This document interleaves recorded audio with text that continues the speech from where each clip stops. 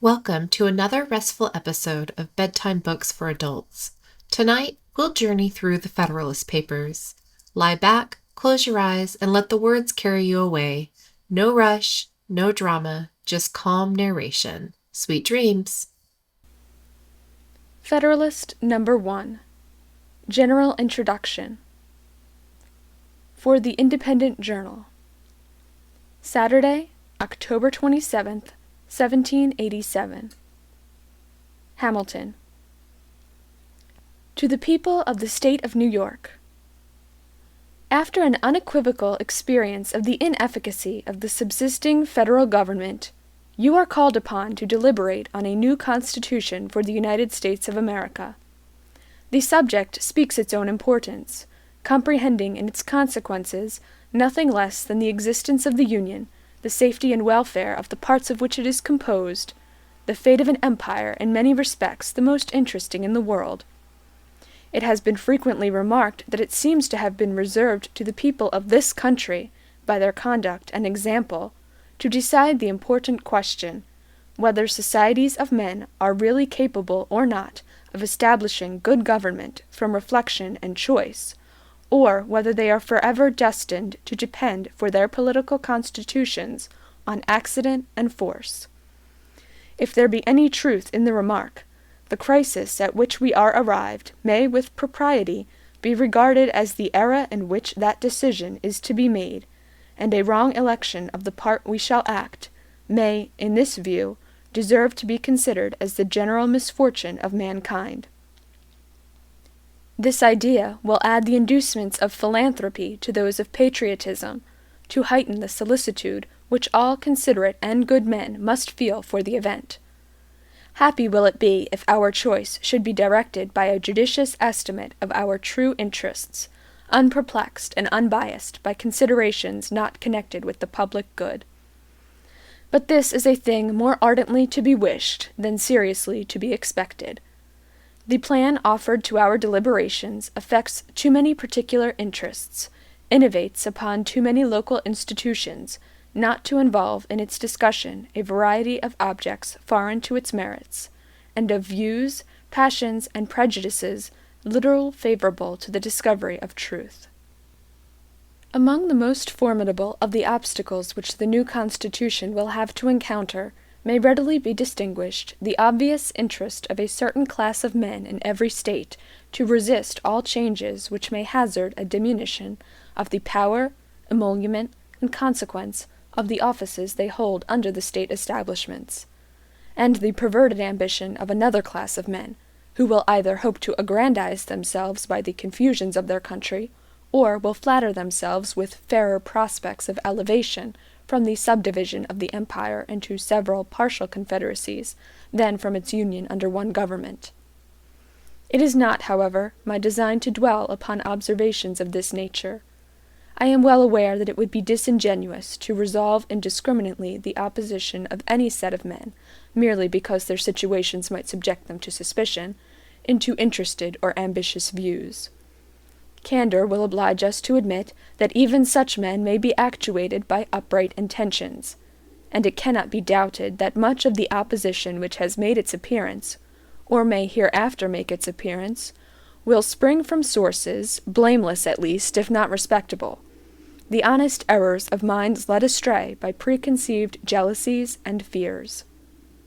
So numerous, indeed, and so powerful are the causes which serve to give a false bias to the judgment, that we, upon many occasions, see wise and good men on the wrong as well as on the right side of questions of the first magnitude to society. This circumstance, if duly attended to, would furnish a lesson of moderation to those who are ever so much persuaded of their being in the right in any controversy. And a further reason for caution in this respect might be drawn from the reflection that we are not always sure that those who advocate the truth are influenced by purer principles than their antagonists.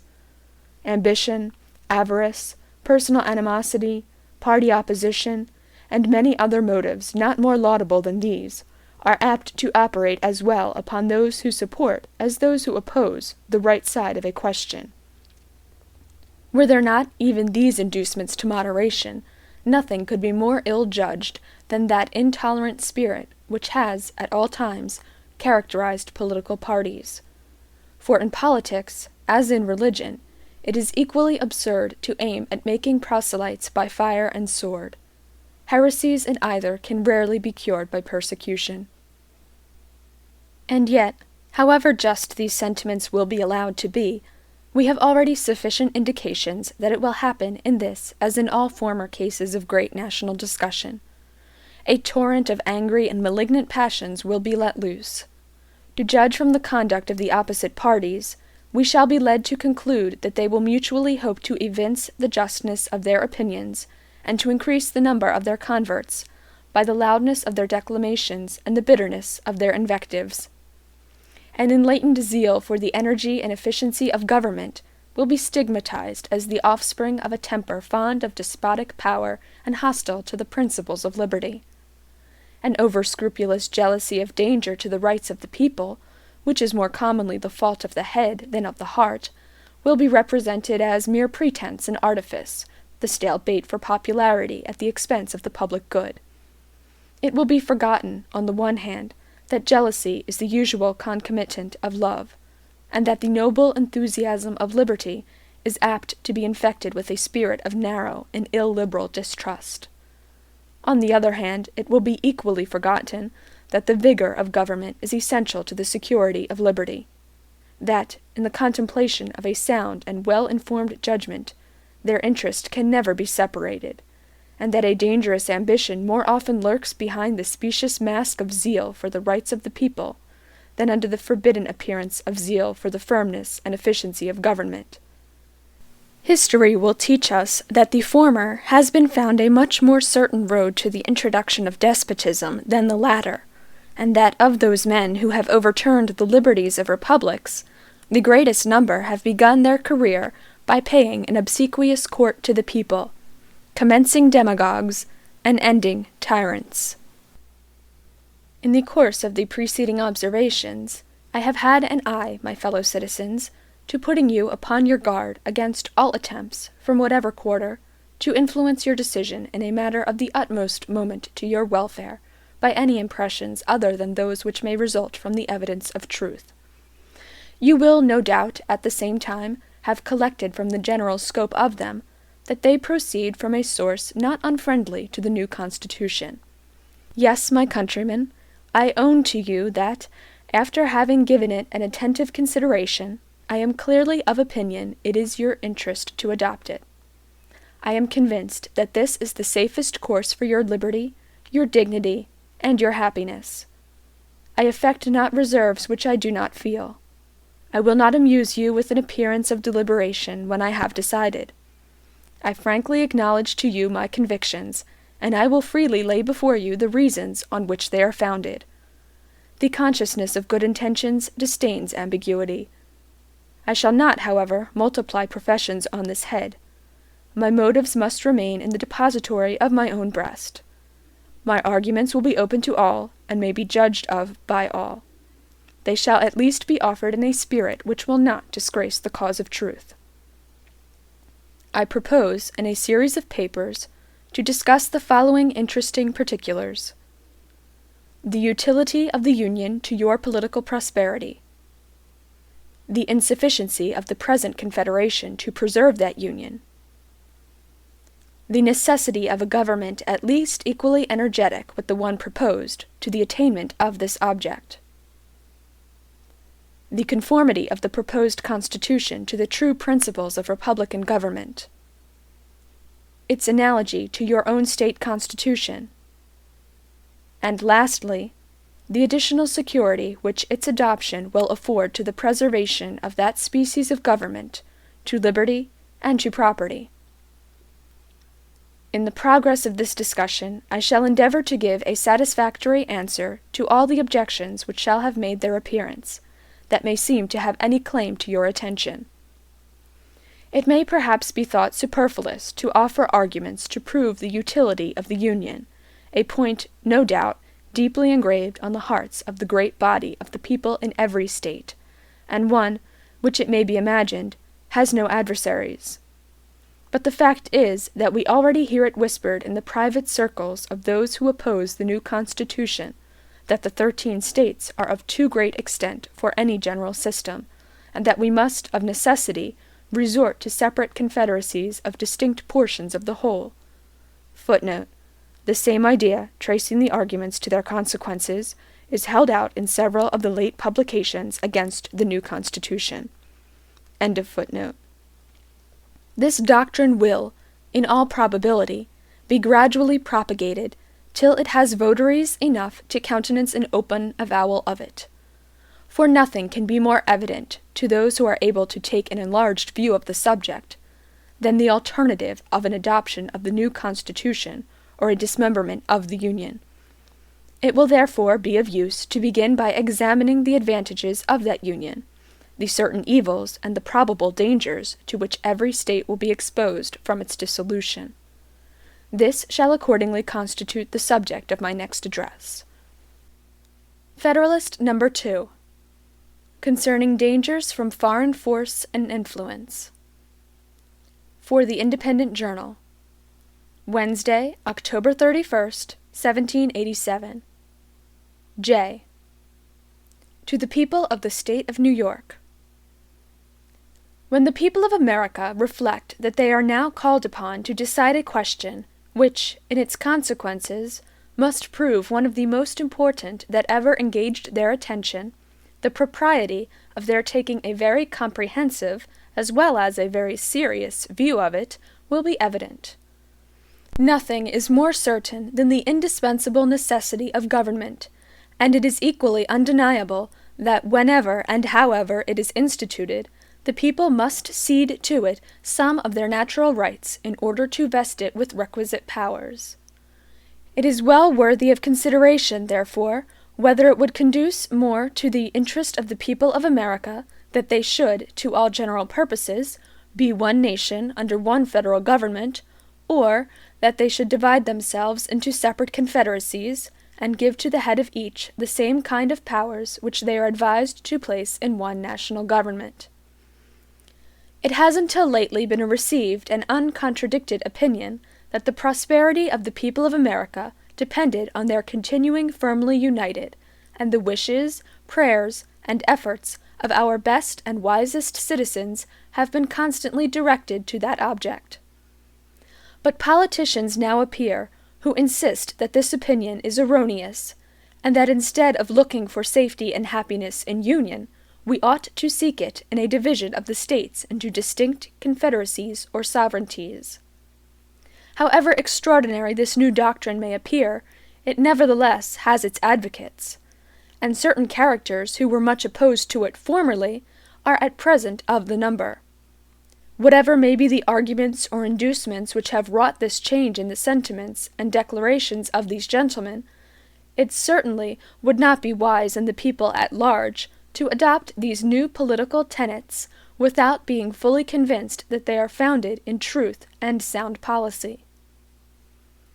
It has often given me pleasure to observe that independent America was not composed of detached and distant territories, but that one connected, fertile, wide-spreading country was the portion of our Western Sons of Liberty. Providence has in a particular manner blessed it with a variety of soils and productions, and watered it with innumerable streams for the delight and accommodation of its inhabitants.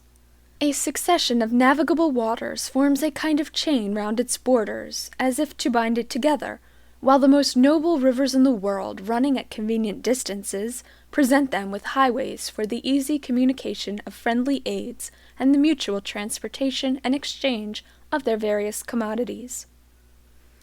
With equal pleasure I have as often taken notice that Providence has been pleased to give this one connected country to one united people, a people descended from the same ancestors, speaking the same language, professing the same religion, attached to the same principles of government, very similar in their manners and customs, and who, by their joint counsels, arms, and efforts, fighting side by side throughout a long and bloody war, have nobly established general liberty and independence.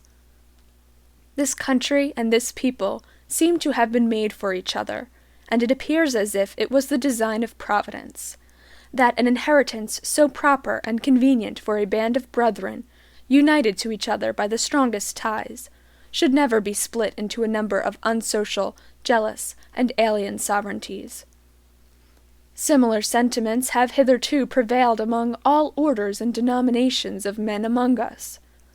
To all general purposes we have uniformly been one people, each individual citizen everywhere enjoying the same national rights, privileges, and protection. As a nation we have made peace and war. As a nation we have vanquished our common enemies. As a nation we have formed alliances and made treaties and entered into various compacts and conventions with foreign states. A strong sense of the value and blessings of union induced the people, at a very early period, to institute a federal government to preserve and perpetuate it. They formed it almost as soon as they had a political existence, nay, at a time when their habitations were in flames, when many of their citizens were bleeding, and when the progress of hostility and desolation left little room for those calm and mature inquiries and reflections which must ever precede the formation of a wise and well-balanced government for a free people. It is not to be wondered at that a government instituted in times so inauspicious should, on experiment, be found greatly deficient and inadequate to the purpose it was intended to answer. This intelligent people perceived and regretted these defects. Still continuing no less attached to union than enamored of liberty, they observed the danger which immediately threatened the former and more remotely the latter, and being persuaded that ample security for both could only be found in a national government more wisely framed, they as with one voice convened the late convention at Philadelphia to take that important subject under consideration. This convention composed of men who possessed the confidence of the people, and many of whom had become highly distinguished by their patriotism, virtue, and wisdom in times which tried the minds and hearts of men, undertook the arduous task. In the mild season of peace, with minds unoccupied by other subjects, they passed many months in cool, uninterrupted, and daily consultation, and finally, without having been awed by power or influenced by any passions except love for their country, they presented and recommended to the people the plan produced by their joint and very unanimous councils. Admit, for so is the fact, that this plan is only recommended, not imposed, yet let it be remembered that it is neither recommended to blind approbation nor to blind reprobation, but to that sedate and candid consideration which the magnitude and importance of the subject demand, and which it certainly ought to receive. But this, as was remarked in the foregoing number of this paper, is more to be wished than expected, that it may be so considered and examined. Experience on a former occasion teaches us not to be too sanguine in such hopes. It is not yet forgotten that well-grounded apprehensions of imminent danger induced the people of America to form the memorable Congress of 1774. That body recommended certain measures to their constituents, and the event proved their wisdom. Yet it is fresh in our memories how soon the press began to teem with pamphlets and weekly papers against those very measures. Not only many of the officers of a government, who obeyed the dictates of personal interest, but others from a mistaken estimate of consequences, or the undue influence of former attachments, or whose ambition aimed at objects which did not correspond with the public good, were indefatigable in their efforts to persuade the people to reject the advice of that patriotic Congress. Many, indeed, were deceived and deluded, but the great majority of the people reasoned and decided judiciously, and happy they are in reflecting that they did so. They considered that the Congress was composed of many wise and experienced men, that, being convened from different parts of the country, they brought with them and communicated to each other a variety of useful information, that, in the course of the time they passed together in inquiring into and discussing the true interests of their country, they must have acquired very accurate knowledge on that head. That they were individually interested in the public liberty and prosperity, and therefore that it was not less their inclination than their duty to recommend only such measures as, after the most mature deliberation, they really thought prudent and advisable. These and similar considerations then induced the people to rely greatly on the judgment and integrity of the Congress, and they took their advice, notwithstanding the various arts and endeavors used to deter them from it. But if the people at large had reason to confide in the men of that Congress, few of whom had been fully tried or generally known, still greater reason have they now to respect the judgment and advice of the Convention, for it is well known that some of the most distinguished members of that Congress, who have been since tried and justly approved for patriotism and abilities, and who have grown old in acquiring political information, were also members of this Convention, and carried into it their accumulated knowledge and experience. It is worthy of remark that not only the first, but every succeeding Congress, as well as the late Convention, have invariably joined with the people in thinking that the prosperity of America depended on its Union.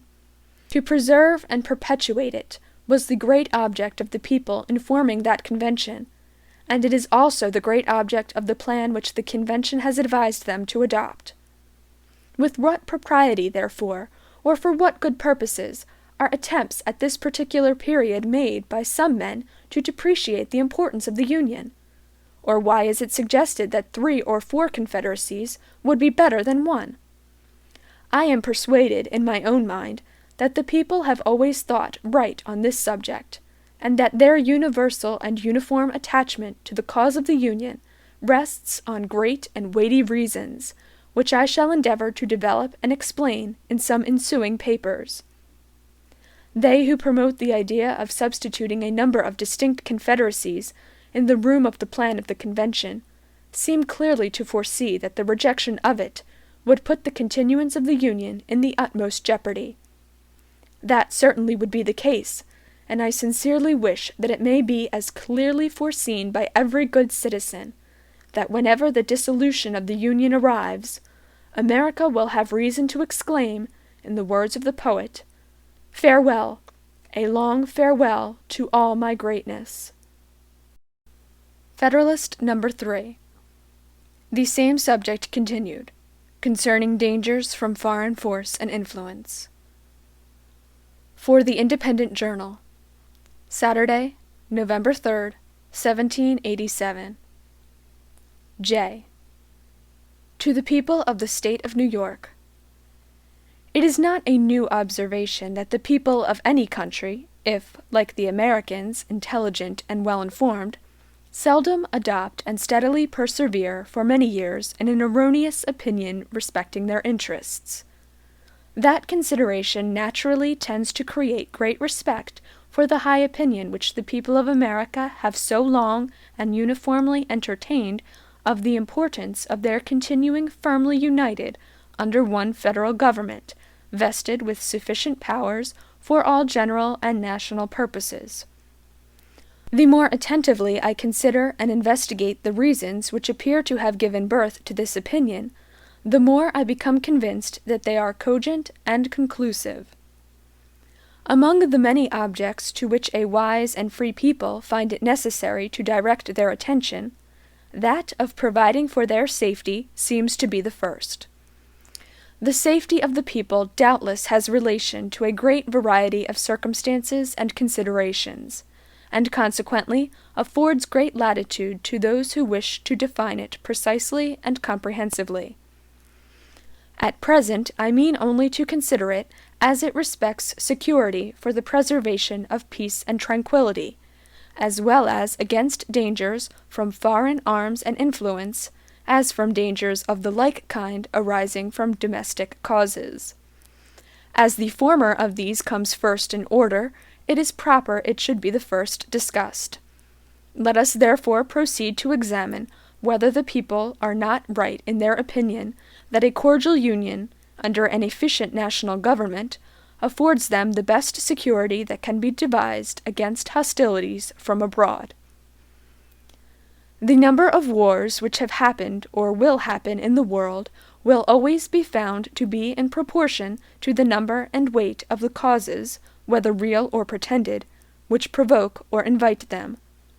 If this remark be just, it becomes useful to inquire whether so many just causes of war are likely to be given by united America as by disunited America.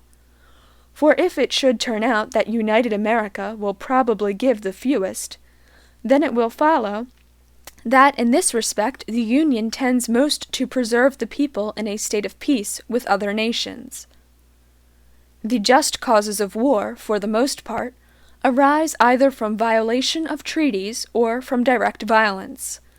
America has already formed treaties with no less than 6 foreign nations, and all of them, except Prussia, are maritime, and therefore able to annoy and injure us. She has also extensive commerce with Portugal, Spain, and Britain, and with respect to the 2 latter, has, in addition, the circumstance of neighborhood to attend to. It is of high importance to the peace of America that she observe the laws of nations towards all these powers, and to me it appears evident that this will be more perfectly and punctually done by one national government than it could be either by 13 separate states or by 3 or 4 distinct confederacies. Because when once an efficient national government is established, the best men in the country will not only consent to serve, but also will generally be appointed to manage it. For, although town or country or other contracted influence may place men in state assemblies or senates or courts of justice or executive departments, yet more general and extensive reputation for talents and other qualifications will be necessary to recommend men to offices under the national government, especially as it will have the widest field for choice, and never experience that want of proper persons which is not uncommon in some of the states. Hence it will result that the administration, the political councils, and the judicial decisions of the national government will be more wise, systematical, and judicious than those of individual states, and consequently more satisfactory with respect to other nations, as well as more safe with respect to us. Because, under the national government, treaties and articles of treaties, as well as the laws of nations, will always be expounded in one sense and executed in the same manner, whereas adjudications on the same points and questions in 13 states or in 3 or 4 confederacies will not always accord or be consistent, and that, as well from the variety of independent courts and judges appointed by different and independent governments, as from the different local laws and interests which may affect and influence them.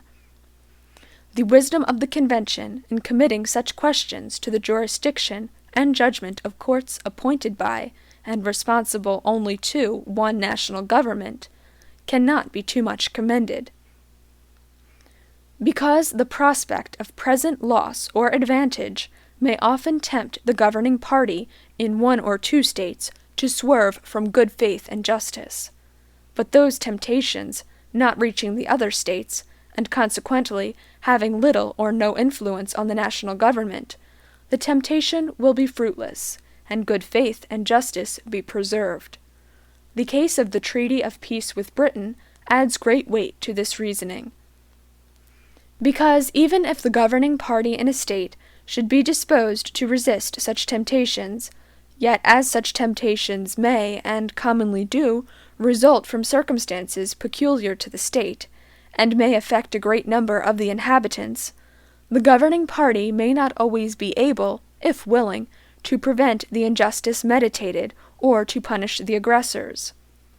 But the national government, not being affected by those local circumstances, will neither be induced to commit the wrong themselves, nor want power or inclination to prevent or punish its commission by others. So far, therefore, as either designed or accidental violation of treaties and the laws of nations afford just causes of war, they are less to be apprehended under one general government than under several lesser ones, and in that respect the former most favors the safety of the people. As to those just causes of war which proceed from direct and unlawful violence, it appears equally clear to me that one good national government affords vastly more security against dangers of that sort than can be derived from any other quarter. Because such violences are more frequently caused by the passions and interests of a part than of the whole, of one or two states than of the Union. Not a single Indian war has yet been occasioned by aggressions of the present federal government, feeble as it is. But there are several instances of Indian hostilities having been provoked by the improper conduct of individual states, who, either unable or unwilling to restrain or punish offenses, have given occasion to the slaughter of many innocent inhabitants. The neighborhood of Spanish and British territories, bordering on some states and not on others, naturally confines the causes of quarrel more immediately to the borderers. The bordering states, if any, will be those who, under the impulse of sudden irritation and a quick sense of apparent interest or injury, will be most likely, by direct violence, to excite war with these nations, and nothing can so effectually obviate that danger as a national government, whose wisdom and prudence will not be diminished by the passions which actuate the parties immediately interested. But not only fewer just causes of war will be given by the national government, but it will also be more in their power to accommodate and settle them amicably. They will be more temperate and cool, and in that respect, as well as in others, will be more in capacity to act advisedly than the offending state. The pride of states, as well as of men, naturally disposes them to justify all their actions, and opposes their acknowledging, correcting, or repairing their errors and offenses. The national government, in such cases, will not be affected by this pride, but will proceed with moderation and candor to consider and decide on the means most proper to extricate them from the difficulties which threaten them. Besides, it is well known that acknowledgments, explanations, and compensations are often accepted as satisfactory from a strong united nation, which would be rejected as unsatisfactory if offered by a state or confederacy of little consideration or power. In the year 1685, the state of Genoa, having offended Louis XIV, endeavored to appease him. He demanded that they should send their doge, or chief magistrate, accompanied by 4 of their senators, to France, to ask his pardon and receive his terms. They were obliged to submit to it for the sake of peace. Would he, on any occasion, either have demanded or have received the like humiliation from Spain or Britain or any other powerful nation? Federalist number 4. The same subject continued, concerning dangers from foreign force and influence. For the Independent Journal. Wednesday, November 7th, 1787. J. To the People of the State of New York. My last paper assigned several reasons why the safety of the people would be best secured by union against the danger it may be exposed to by just causes of war given to other nations. And those reasons show that such causes would not only be more rarely given, but would also be more easily accommodated by a national government than either by the state governments or the proposed little confederacies. But the safety of the people of America against dangers from foreign force depends not only on their forbearing to give just causes of war to other nations, but also on their placing and continuing themselves in such a situation as not to invite hostility or insult, for it need not be observed that there are pretended as well as just causes of war. It is too true, however disgraceful it may be to human nature, that nations in general will make war whenever they have a prospect of getting anything by it. Nay, absolute monarchs will often make war when their nations are to get nothing by it, but for the purposes and objects merely personal, such as thirst for military glory, revenge for personal affronts, ambition, or private compacts to aggrandize or support their particular families or partisans. These and a variety of other motives, which affect only the mind of the sovereign, often lead him to engage in wars not sanctified by justice or the voice and interests of his people. But, independent of these inducements to war, which are more prevalent in absolute monarchies, but which well deserve our attention, there are others which affect nations as often as kings, and some of them will on examination be found to grow out of our relative situation and circumstances. With France and with Britain we are rivals in the fisheries, and can supply their markets cheaper than they can themselves, notwithstanding any efforts to prevent it by bounties on their own or duties on foreign fish. With them and with most other European nations we are rivals in navigation and the carrying trade, and we shall deceive ourselves if we suppose that any of them will rejoice to see it flourish. For, as our carrying trade cannot increase without in some degree diminishing theirs, it is more their interest, and will be more their policy, to restrain than to promote it. In the trade to China and India, we interfere with more than one nation, inasmuch as it enables us to partake in advantages which they had in a manner monopolized, and as we thereby supply ourselves with commodities which we used to purchase from them.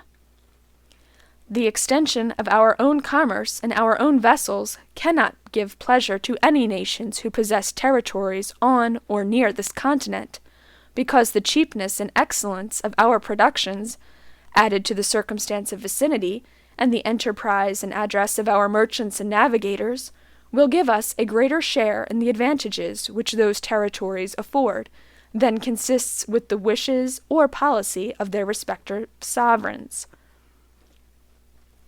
Spain thinks it convenient to shut the Mississippi against us on the one side, and Britain excludes us from the St. Lawrence on the other, nor will either of them permit the other waters which are between them and us to become the means of mutual intercourse and traffic. From these and such like considerations, which might, if consistent with prudence, be more amplified and detailed, it is easy to see that jealousies and uneasiness may gradually slide into the minds and cabinets of other nations, and that we are not to expect that they should regard our advancement in union, in power, and consequence by land and by sea, with an eye of indifference and composure. The people of America are aware that inducements to war may arise out of these circumstances, as well as from others not so obvious at present, and that whenever such inducements may find fit time and opportunity for operation, pretenses to color and justify them will not be wanting. Wisely, therefore, do they consider union and a good national government as necessary to put and keep them in such a situation as, instead of inviting war, will tend to repress and discourage it. That situation consists in the best possible state of defense, and necessarily depends on the government, the arms, and the resources of the country. As the safety of the whole is the interest of the whole, and cannot be provided for without government, either one or more or many, let us inquire whether one good government is not, relative to the object in question, more competent than any other given number whatever. One government can collect and avail itself of the talents and experience of the ablest men, in whatever part of the Union they may be found. It can move on uniform principles of policy. It can harmonize, assimilate, and protect the several parts and members, and extend the benefit of its foresight and precautions to each. In the formation of treaties, it will regard the interest of the whole, and the particular interests of the parts as connected with that of the whole. It can apply the resources and power of the whole to the defense of any particular part, and that more easily and expeditiously than state governments or separate confederacies can possibly do, for want of concert and unity of system.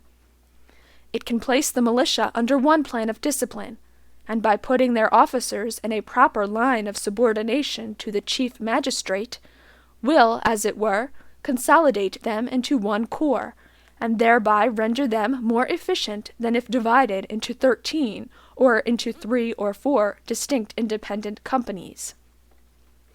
What would the militia of Britain be if the English militia obeyed the government of England, if the Scotch militia obeyed the government of Scotland, and if the Welsh militia obeyed the government of Wales?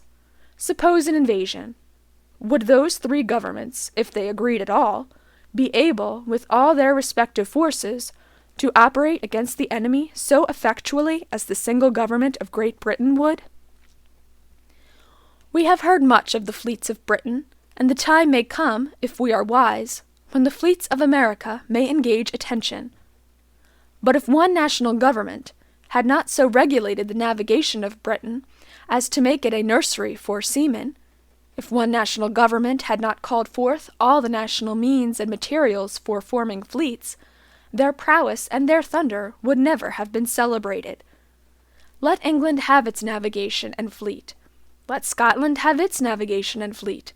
Let Wales have its navigation and fleet. Let Ireland have its navigation and fleet. Let those 4 of the constituent parts of the British Empire be under 4 independent governments, and it is easy to perceive how soon they would each dwindle into comparative insignificance. Apply these facts to our own case. Leave America divided into 13, or, if you please, into 3 or 4 independent governments. What armies could they raise and pay? What fleets could they ever hope to have? If one was attacked, would the others fly to its succor and spend their blood and money in its defense? Would there be no danger of their being flattered into neutrality by its specious promises, or seduced by a too great fondness for peace to decline hazarding their tranquillity and present safety for the sake of neighbors, of whom perhaps they have been jealous, and whose importance they are content to see diminished? Although such conduct would not be wise, it would, nevertheless, be natural. The history of the states of Greece and of other countries abounds with such instances, and it is not improbable that what has so often happened would, under similar circumstances, happen again. But admit that they might be willing to help the invaded state or confederacy. How, and when, and in what proportion, shall aids of men and money be afforded? Who shall command the allied armies, and from which of them shall he receive his orders? Who shall settle the terms of peace, and in case of disputes, what umpire shall decide between them and compel acquiescence? Various difficulties and inconveniences would be inseparable from such a situation, whereas one government, watching over the general and common interests, and combining and directing the powers and resources of the whole, would be free from all these embarrassments, and conduce far more to the safety of the people.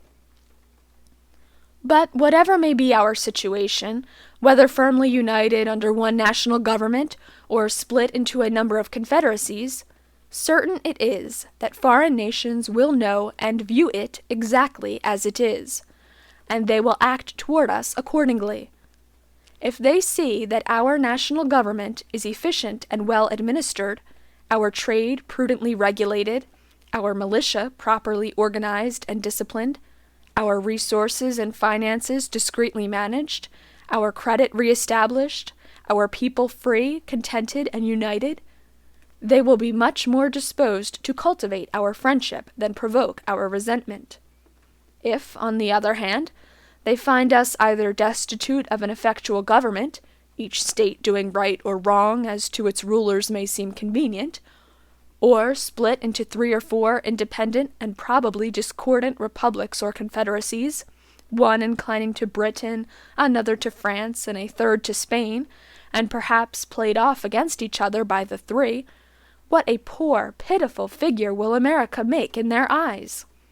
How liable would she become, not only to their contempt, but to their outrage! And how soon would dear-bought experience proclaim that when a people or family so divide, it never fails to be against themselves. Federalist number 5. The same subject continued, concerning dangers from foreign force and influence. For the Independent Journal, Saturday, November 10th, 1787. J. To the People of the State of New York. Queen Anne, in her letter of the 1st July, 1706, to the Scotch Parliament, makes some observations on the importance of the union then forming between England and Scotland, which merit our attention.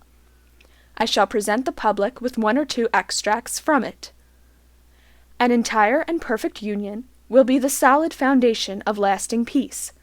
It will secure your religion, liberty, and property, remove the animosities amongst yourselves, and the jealousies and differences betwixt our two kingdoms. It must increase your strength, riches, and trade, and by this union the whole island, being joined in affection and free from all apprehensions of different interest, will be enabled to resist all its enemies. We most earnestly recommend to you calmness and unanimity in this great and weighty affair, that the union may be brought to a happy conclusion, being the only effectual way to secure our present and future happiness, and disappoint the designs of our and your enemies, who will doubtless, on this occasion, use their utmost endeavors to prevent or delay this union. It was remarked in the preceding paper that weakness and divisions at home would invite dangers from abroad, and that nothing would tend more to secure us from them than union, strength, and good government within ourselves. This subject is copious and cannot easily be exhausted. The history of Great Britain is the one with which we are in general the best acquainted, and it gives us many useful lessons. We may profit by their experience without paying the price which it cost them. Although it seems obvious to common sense that the people of such an island should be but one nation, yet we find that they were for ages divided into three, and that those three were almost constantly embroiled in quarrels and wars with one another. Notwithstanding, their true interest with respect to the continental nations was really the same. Yet by the arts and policy and practices of those nations, their mutual jealousies were perpetually kept inflamed, and for a long series of years they were far more inconvenient and troublesome than they were useful and assisting to each other. Should the people of America divide themselves into 3 or 4 nations, would not the same thing happen? Would not similar jealousies arise and be in like manner cherished? Instead of their being joined in affection and free from all apprehension of different interests, envy and jealousy would soon extinguish confidence and affection, and the partial interests of each confederacy, instead of the general interests of all America, would be the only objects of their policy and pursuits. Hence, like most other bordering nations, they would always be either involved in disputes and war, or live in the constant apprehension of them. The most sanguine advocates for 3 or 4 confederacies cannot reasonably suppose that they would long remain exactly on an equal footing in point of strength, even if it was possible to form them so at first. But, admitting that to be practicable, yet what human contrivance can secure the continuance of such equality? Independent of those local circumstances which tend to beget and increase power in one part, and to impede its progress in another, we must advert to the effects of that superior policy and good management which would probably distinguish the government of one above the rest, and by which their relative equality and strength and consideration would be destroyed. For it cannot be presumed that the same degree of sound policy, prudence, and foresight would uniformly be observed by each of these confederacies for a long succession of years. Whenever and from whatever causes it might happen, and happen it would, that any of these nations or confederacies should rise on the scale of political importance much above the degree of her neighbors, that moment would those neighbors behold her with envy and with fear. Both those passions would lead them to countenance, if not to promote, whatever might promise to diminish her importance, and would also restrain them from measures calculated to advance or even to secure her prosperity. Much time would not be necessary to enable her to discern these unfriendly dispositions. She would soon begin not only to lose confidence in her neighbors, but also to feel a disposition equally unfavorable to them. Distrust naturally creates distrust, and by nothing is goodwill and kind conduct more speedily changed than by invidious jealousies and uncandid imputations, whether expressed or implied. The North is generally the region of strength, and many local circumstances render it probable that the most northern of the proposed confederacies would, at a period not very distant, be unquestionably more formidable than any of the others. No sooner would this become evident than the northern hive would excite the same ideas and sensations in the more southern parts of America which it formerly did in the southern parts of Europe. Nor does it appear to be a rash conjecture that its young swarms might often be tempted to gather honey in the more blooming fields and milder air of their luxurious and more delicate neighbors. They who well consider the history of similar divisions and confederacies will find abundant reason to apprehend that those in contemplation would in no other sense be neighbors than as they would be borderers, that they would neither love nor trust one another, but on the contrary would be a prey to discord, jealousy, and mutual injuries. In short, that they would place us exactly in the situations in which other nations doubtless wish to see us, viz., formidable only to each other. From these considerations, it appears that those gentlemen are greatly mistaken who suppose that alliances, offensive and defensive, might be formed between these confederacies, and would produce that combination and union of wills of arms and of resources, which would be necessary to put and keep them in a formidable state of defense against foreign enemies. When did the independent states, into which Britain and Spain were formerly divided, combine in such alliance, or unite their forces against a foreign enemy? The proposed confederacies will be distinct nations. Each of them would have its commerce with foreigners to regulate by distinct treaties, and as their productions and commodities are different and proper for different markets, so would those treaties be essentially different. Different commercial concerns must create different treaties, and of course different degrees of political attachment to and connection with different foreign nations. Hence it might and probably would happen that the foreign nation with whom the Southern Confederacy might be at war would be the one with whom the Northern Confederacy would be the most desirous of preserving peace and friendship. An alliance so contrary to their immediate interest would not therefore be easy to form, nor, if formed, would it be observed and fulfilled with perfect good faith. Nay, it is far more probable that in America, as in Europe, neighboring nations, acting under the impulse of opposite interests and unfriendly passions, would frequently be found taking different sides. Considering our distance from Europe, it would be more natural for these confederacies to apprehend danger from one another than from distant nations, and therefore that each of them should be more desirous to guard against the others by the aid of foreign alliances, than to guard against foreign dangers by alliances between themselves. And here let us not forget how much more easy it is to receive foreign fleets into our ports, and foreign armies into our country, than it is to persuade or compel them to depart. How many conquests did the Romans and others make in the characters of allies, and what innovations did they under the same character introduce into the governments of those whom they pretended to protect? Let candid men judge, then, whether the division of America into any given number of independent sovereignties would tend to secure us against the hostilities and improper interference of foreign nations. Federalist No. 6, by Alexander Hamilton.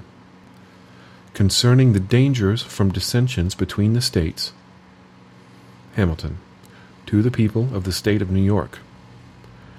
The 3 last numbers of this paper have been dedicated to an enumeration of the dangers to which we should be exposed, in a state of disunion, from the arms and arts of foreign nations.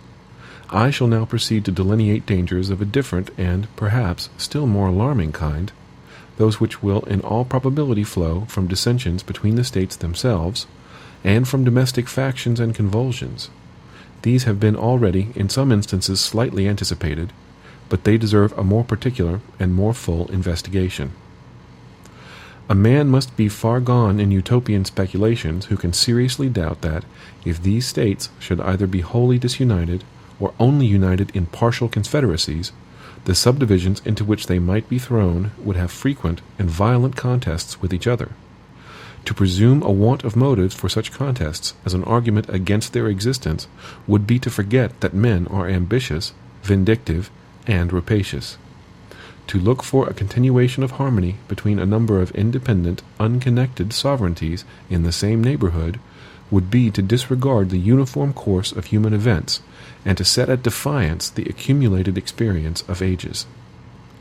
The causes of hostility among nations are innumerable. There are some which have a general and almost constant operation upon the collective bodies of society. Of this description are the love of power, or the desire of preeminence and dominion, the jealousy of power, or the desire of equality and safety. There are others which have a more circumscribed, though an equally operative influence within their spheres. Such are the rivalships and competitions of commerce between commercial nations. And there are others, not less numerous than either of the former, which take their origin entirely in private passions, in the attachments, enmities, interests, hopes, and fears of leading individuals in the communities of which they are members. Men of this class, whether the favorites of a king or of a people, have in too many instances abused the confidence they possessed, and, assuming the pretext of some public motive, have not scrupled to sacrifice the national tranquillity to personal advantage or personal gratification. The celebrated Pericles, in compliance with the resentment of a prostitute, footnote, Aspasia, vide Plutarch's Life of Pericles, end footnote. The celebrated Pericles, in compliance with the resentment of a prostitute, at the expense of much of the blood and treasure of his countrymen, attacked, vanquished, and destroyed the city of the Samnians. The same man, stimulated by private pique against the Megarensians, footnote, Ibid Aspasia, end footnote. The same man, stimulated by private pique against the Megarensians, another nation of Greece, or to avoid a prosecution with which he was threatened as an accomplice of a supposed theft of the statuary Phidias, footnote, Ibid Aspasia, end footnote, or to avoid a prosecution with which he was threatened as an accomplice of a supposed theft of the statuary Phidias, or to get rid of the accusations prepared to be brought against him for dissipating the funds of the state in the purchase of popularity, footnote, Ibid, Phidias was supposed to have stolen some public gold, with the connivance of Pericles, for the embellishment of the statue of Minerva, end footnote, or to get rid of the accusations prepared to be brought against him for dissipating the funds of the state in the purchase of popularity, or from a combination of all these causes, was the primitive author of that famous and fatal war, distinguished in the Grecian annals by the name of the Peloponnesian War, which, after various vicissitudes, intermissions, and renewals, terminated in the ruin of the Athenian commonwealth. The ambitious cardinal, who was prime minister to Henry VIII, permitting his vanity to aspire to the triple crown, footnote, worn by the popes, end footnote. The ambitious cardinal, who was prime minister to Henry VIII, permitting his vanity to aspire to the triple crown, entertained hopes of succeeding in the acquisition of that splendid prize by the influence of the Emperor Charles V. To secure the favor and interest of this enterprising and powerful monarch, he precipitated England into a war with France, contrary to the plainest dictates of policy, and at the hazard of the safety and independence as well of the kingdom over which he presided by his counsels, as of Europe in general. For if there ever was a sovereign who bid fair to realize the project of universal monarchy, it was the Emperor Charles V, of whose intrigues Wolsey was at once the instrument and the dupe. The influence which the bigotry of one female, footnote, Madame de Maintenon, end footnote. The influence which the bigotry of one female, the petulance of another, footnote, Duchess of Marlborough, end footnote. The influence which the bigotry of one female, the petulance of another, and the cabals of a third, footnote, Madame de Pompadour, end footnote.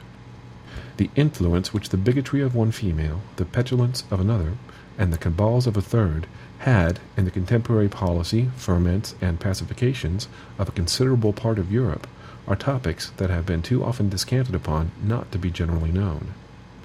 To multiply examples of the agency of personal considerations in the production of great national events, either foreign or domestic, according to their direction, would be an unnecessary waste of time. Those who have but a superficial acquaintance with the sources from which they are to be drawn will themselves recollect a variety of instances, and those who have a tolerable knowledge of human nature will not stand in need of such lights to form their opinion either of the reality or extent of that agency. Perhaps, however, a reference tending to illustrate the general principle may with propriety be made to a case which has lately happened among ourselves. If Shays had not been a desperate debtor, it is much to be doubted whether Massachusetts would have been plunged into a civil war. But, notwithstanding the concurring testimony of experience, in this particular there are still to be found visionary or designing men who stand ready to advocate the paradox of perpetual peace between the states, though dismembered and alienated from each other. The genius of republics, say they, is pacific. The spirit of commerce has a tendency to soften the manners of men, and to extinguish those inflammable humors which have so often kindled into wars. Commercial republics, like ours, will never be disposed to waste themselves in ruinous contentions with each other. They will be governed by mutual interest, and will cultivate a spirit of mutual amity and concord. Is it not, we may ask these projectors in politics, the true interest of all nations to cultivate the same benevolent and philosophic spirit? If this be their true interest, have they in fact pursued it?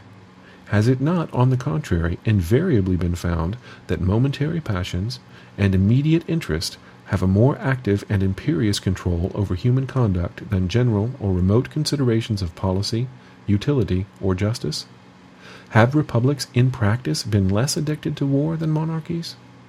Are not the former administered by men as well as the latter? Are there not aversions, predilections, rivalships, and desires of unjust acquisitions that affect nations as well as kings? Are not popular assemblies frequently subject to the impulses of rage, resentment, jealousy, avarice, and of other irregular and violent propensities?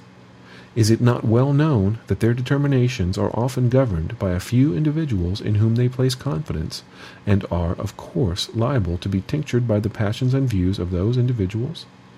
Has commerce hitherto done anything more than change the objects of war? Is not the love of wealth as domineering and enterprising a passion as that of power or glory? Have there not been as many wars founded upon commercial motives since that has become the prevailing system of nations as were before occasioned by the cupidity of territory or dominion? Has not the spirit of commerce in many instances administered new incentives to the appetite, both for the one and for the other? Let experience, the least fallible guide of human opinions, be appealed to for an answer to these inquiries. Sparta, Athens, Rome, and Carthage were all republics, two of them, Athens and Carthage, of the commercial kind. Yet were they as often engaged in wars, offensive and defensive, as the neighboring monarchies of the same times. Sparta was little better than a well-regulated camp, and Rome was never sated of carnage and conquest. Carthage, though a commercial republic, was the aggressor in the very war that ended in her destruction. Hannibal had carried her arms into the heart of Italy and to the gates of Rome, before Scipio, in turn, gave him an overthrow in the territories of Carthage, and made a conquest of the Commonwealth. Venice, in later times, figured more than once in wars of ambition, till, becoming an object to the other Italian states, Pope Julius II found means to accomplish that formidable league. Footnote: the League of Cambrai, comprehending the Emperor, the King of France, the King of Aragon, and most of the Italian princes and states. End footnote. Venice in later times figured more than once in wars of ambition, till, becoming an object to the other Italian states, Pope Julius II found means to accomplish that formidable league which gave a deadly blow to the power and pride of this haughty republic. The provinces of Holland, till they were overwhelmed in debts and taxes, took a leading and conspicuous part in the wars of Europe. They had furious contests with England for the dominion of the sea, and were among the most persevering and most implacable of the opponents of Louis XIV.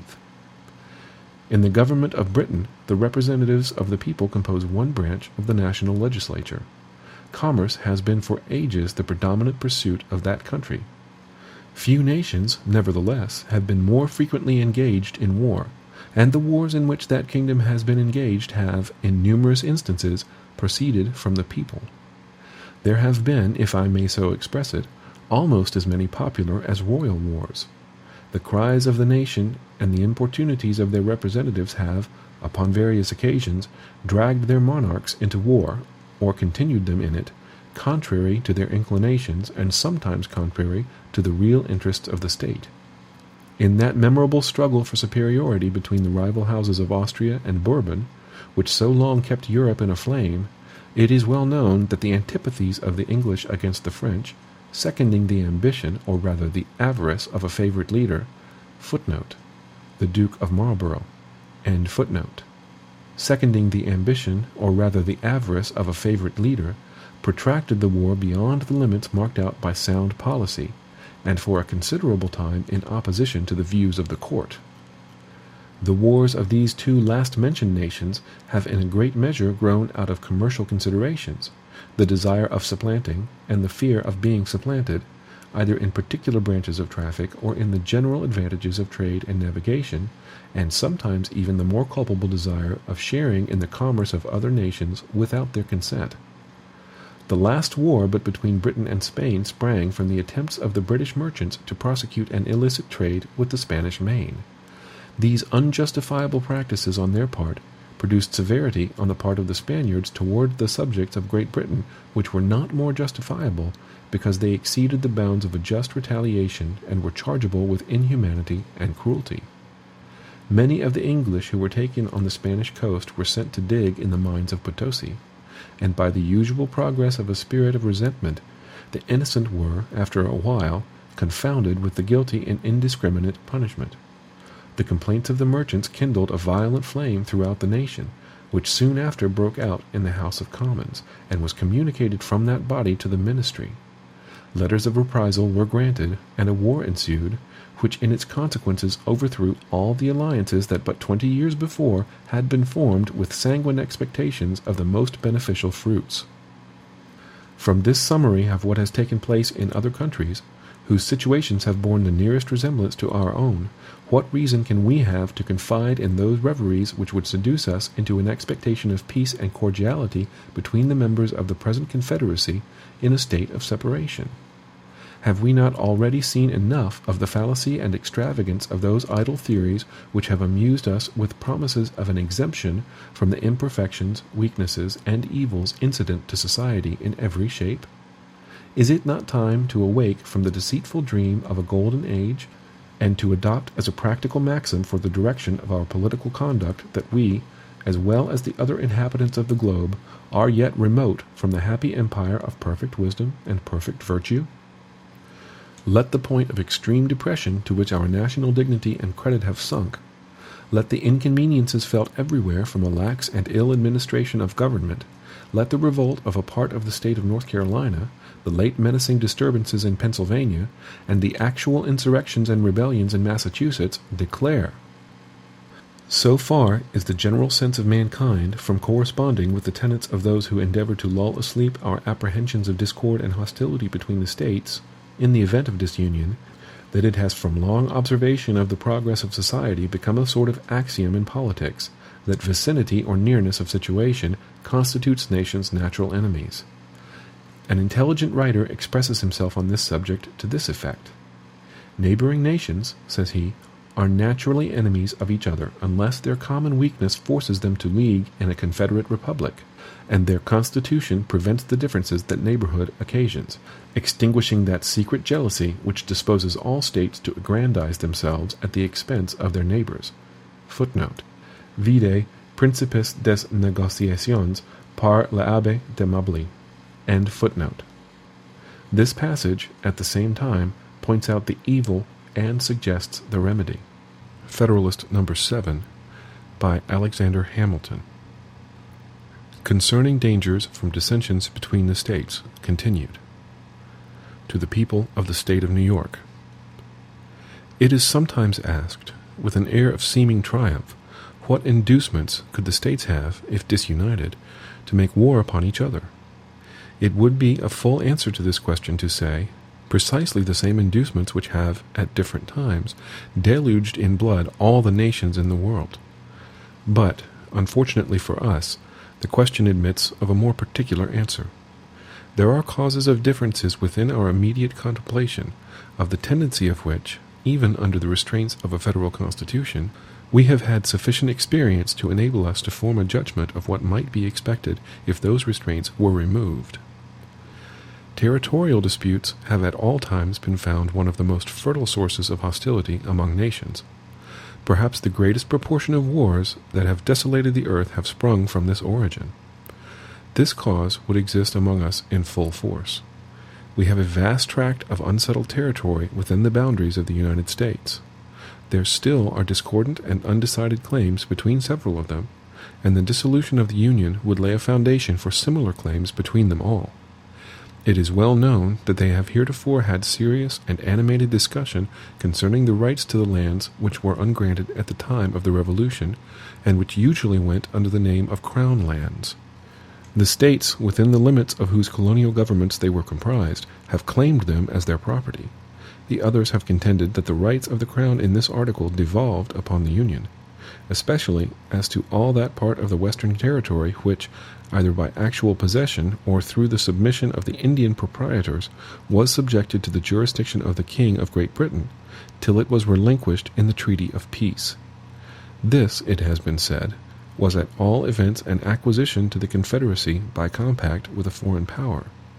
It has been the prudent policy of Congress to appease this controversy by prevailing upon the states to make cessions to the United States for the benefit of the whole.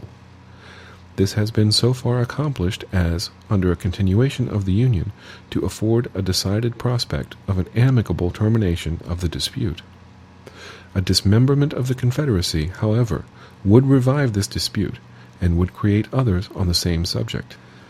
At present, a large part of the vacant Western Territory is, by cession at least, if not by any anterior right, the common property of the Union. If that were at an end, the states which made the cession, on a principle of federal compromise, would be apt, when the motive of the grant had ceased, to reclaim the lands as a reversion. The other states would no doubt insist on a proportion, by right of representation.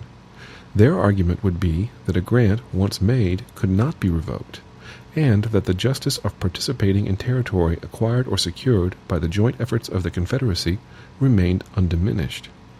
If, contrary to probability, it should be admitted by all the states that each had a right to a share of this common stock, there would still be a difficulty to be surmounted as to a proper rule of apportionment. Different principles would be set up by different states for this purpose, and, as they would affect the opposite interests of the parties, they might not easily be susceptible of a pacific adjustment. In the wide field of Western Territory, therefore, we perceive an ample theater for hostile pretensions, without any umpire or common judge to interpose between the contending parties. To reason from the past to the future, we shall have good ground to apprehend that the sword would sometimes be appealed to as the arbiter of their differences. The circumstances of the dispute between Connecticut and Pennsylvania, respecting the land at Wyoming, admonish us not to be sanguine in expecting an easy accommodation of such differences. The Articles of Confederation obliged the parties to submit the matter to the decision of a federal court. The submission was made, and the court decided in favor of Pennsylvania. But Connecticut gave strong indications of dissatisfaction with that determination, nor did she appear to be entirely resigned to it, till, by negotiation and management, something like an equivalent was found for the loss she supposed herself to have sustained. Nothing here said is intended to convey the slightest censure on the conduct of that state. She no doubt sincerely believed herself to have been injured by the decision, and states, like individuals, acquiesce with great reluctance in determinations to their disadvantage. Those who had an opportunity of seeing the inside of the transactions which attended the progress of the controversy between this state and the District of Vermont can vouch the opposition we experienced, as well from states not interested as from those which were interested in the claim, and can attest the danger to which the peace of the Confederacy might have been exposed had this state attempted to assert its rights by force. Two motives preponderated in that opposition: one, a jealousy entertained of our future power, and the other, the interest of certain individuals of influence in the neighboring states, who had obtained grants of lands under the actual government of that district. Even the states which brought forward claims, in contradiction to ours, seemed more solicitous to dismember this state than to establish their own pretensions. These were New Hampshire, Massachusetts, and Connecticut. New Jersey and Rhode Island, upon all occasions, discovered a warm zeal for the independence of Vermont, and Maryland, till alarmed by the appearance of a connection between Canada and that state, entered deeply into the same views. These, being small states, saw with an unfriendly eye the perspective of our growing greatness. In a review of these transactions, we may trace some of the causes which would be likely to embroil the states with each other, if it should be their unpropitious destiny to become disunited. The competitions of commerce would be another fruitful source of contention. The states less favorably circumstanced would be desirous of escaping from the disadvantages of local situation and of sharing in the advantages of their more fortunate neighbors. Each state, or separate confederacy, would pursue a system of commercial policy peculiar to itself. This would occasion distinctions, preferences, and exclusions, which would beget discontent.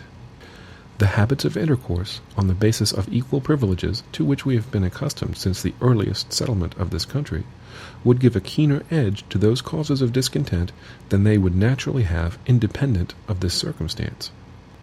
We should be ready to denominate injuries those things which were in reality the justifiable acts of independent sovereignties consulting a distinct interest. The spirit of enterprise, which characterizes the commercial part of America, has left no occasion of displaying itself unimproved.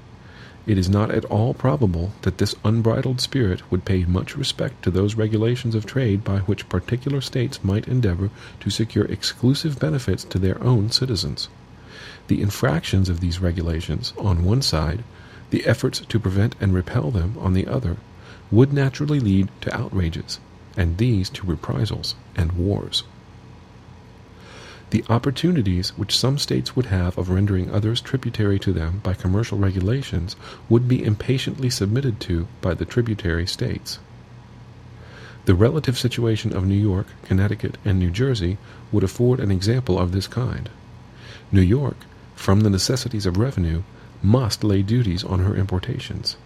A great part of these duties must be paid by the inhabitants of the two other states in the capacity of consumers of what we import. New York would neither be willing nor able to forego this advantage. Her citizens would not consent that a duty paid by them should be remitted in favor of the citizens of her neighbors, nor would it be practicable, if there were not this impediment in the way, to distinguish the customers in our own markets. Would Connecticut and New Jersey long submit to be taxed by New York for her exclusive benefit?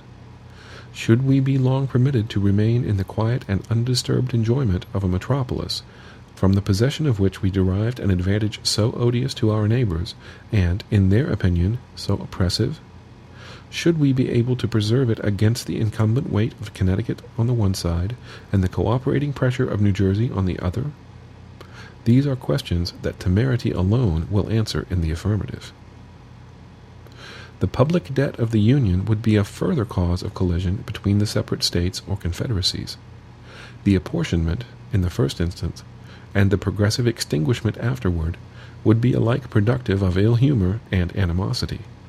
How would it be possible to agree upon a rule of apportionment satisfactory to all? there is scarcely any that can be proposed which is entirely free from real objections. These, as usual, would be exaggerated by the adverse interests of the parties. There are even dissimilar views among the states as to the general principle of discharging the public debt. Some of them, either less impressed with the importance of national credit, or because their citizens have little, if any, immediate interest in the question, feel an indifference, if not a repugnance, to the payment of the domestic debt at any rate. These would be inclined to magnify the difficulties of a distribution. Others of them, a numerous body of whose citizens are creditors to the public beyond proportion of the state in the total amount of the national debt, would be strenuous for some equitable and effective provision. The procrastinations of the former would excite the resentments of the latter. The settlement of a rule would, in the meantime, be postponed by real differences of opinion and affected delays. The citizens of the states interested would clamor. Foreign powers would urge for the satisfaction of their just demands, and the peace of the states would be hazarded to the double contingency of external invasion and internal contention. Suppose the difficulties of agreeing upon a rule surmounted, and the apportionment made. Still there is great room to suppose that the rule agreed upon would, upon experiment, be found to bear harder upon some states than upon others. Those which were sufferers by it would naturally seek for a mitigation of the burden. The others would as naturally be disinclined to a revision which was likely to end in an increase of their own encumbrances. Their refusal would be too plausible a pretext to the complaining states to withhold their contributions, not to be embraced with avidity, and the non-compliance of these states with their engagements would be a ground of bitter discussion and altercation. If even the rule adopted should in practice justify the equality of its principle, still delinquencies in payments on the part of some of the states would result from a diversity of other causes: the real deficiency of resources, the mismanagement of their finances, accidental disorders in the management of the government, and, in addition to the rest, the reluctance with which men commonly part with money for purposes that have outlived the exigencies which produced them, and interfere with the supply of immediate wants. Delinquencies, from whatever causes, would be productive of complaints, recriminations, and quarrels. There is, perhaps, nothing more likely to disturb the tranquillity of nations than their being bound to mutual contributions for any common object that does not yield an equal and coincident benefit. For it is an observation, as true as it is trite, that there is nothing men differ so readily about as the payment of money. Laws in violation of private contracts, as they amount to aggressions on the rights of those states whose citizens are injured by them, may be considered as another probable source of hostility. We are not authorized to expect that a more liberal or more equitable spirit would preside over the legislations of the individual states hereafter, if unrestrained by any additional checks, than we have heretofore seen in too many instances disgracing their several codes. We have observed the disposition to retaliation excited in Connecticut in consequence of the enormities perpetrated by the legislature of Rhode Island, and we reasonably infer that in similar cases, under other circumstances, a war, not of parchment but of the sword, would chastise such atrocious breaches of moral obligation and social justice. The probability of incompatible alliances between the different states or confederacies and different foreign nations, and the effects of this situation upon the peace of the whole, have been sufficiently unfolded in some preceding papers. From the view they have exhibited of this part of the subject, this conclusion is to be drawn, that America, if not connected at all, or only by the feeble tie of a simple league, offensive and defensive, would, by the operation of such jarring alliances, be gradually entangled in all the pernicious labyrinths of European politics and wars, and by the destructive contentions of the parts into which she was divided, would be likely to become a prey to the artifices and machinations of powers equally the enemies of them all. Divide et impera, footnote, divide and command, end footnote. Divide et impera must be the motto of every nation that either hates or fears us. Footnote. In order that the whole subject of these papers may as soon as possible be laid before the public, it is proposed to publish them 4 times a week, on Tuesday in the New York Packet, and on Thursday in the Daily Advertiser. End footnote. Publia. Federalist number 8, by Alexander Hamilton. The Consequences of Hostilities Between the States. To the People of the State of New York. Assuming it, therefore, as an established truth that the several states, in case of disunion, or such combinations of them as might happen to be formed out of the wreck of the general Confederacy, would be subject to those vicissitudes of peace and war, of friendship and enmity with each other, which have fallen to the lot of all neighboring nations not united under one government, let us enter into a concise detail of some of the consequences that would attend such a situation. War between the states, in the first period of their separate existence, would be accompanied with much greater distresses than it commonly is in those countries where regular military establishments have long obtained. The disciplined armies always kept on foot on the continent of Europe, though they bear a malignant aspect to liberty and economy, have, notwithstanding, been productive of the signal advantage of rendering sudden conquests impracticable, and of preventing that rapid desolation which used to mark the progress of war prior to their introduction. The art of fortification has contributed to the same ends. The nations of Europe are encircled with chains of fortified places, which mutually obstruct invasion. Campaigns are wasted in reducing 2 or 3 frontier garrisons to gain admittance into an enemy's country.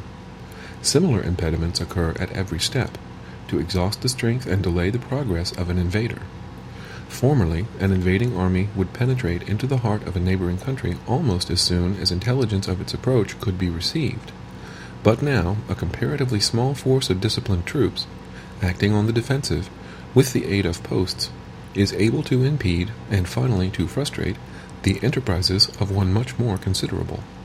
The history of war in that quarter of the globe is no longer a history of nations subdued and empires overturned, but of towns taken and retaken, of battles that decide nothing, of retreats more beneficial than victories, of much effort and little acquisition. In this country, the scene would be altogether reversed. The jealousy of military establishments would postpone them as long as possible. The want of fortifications, leaving the frontiers of one state open to another, would facilitate inroads. The populous states would, with little difficulty, overrun their less populous neighbors. Conquests would be as easy to be made as difficult to be retained. War, therefore, would be desultory and predatory. Plunder and devastation ever march in the train of irregulars. The calamities of individuals would make the principal figure in the events which would characterize our military exploits. This picture is not too highly wrought, though, I confess, it would not long remain a just one. Safety from external danger is the most powerful director of national conduct. Even the ardent love of liberty will, after a time, give way to its dictates.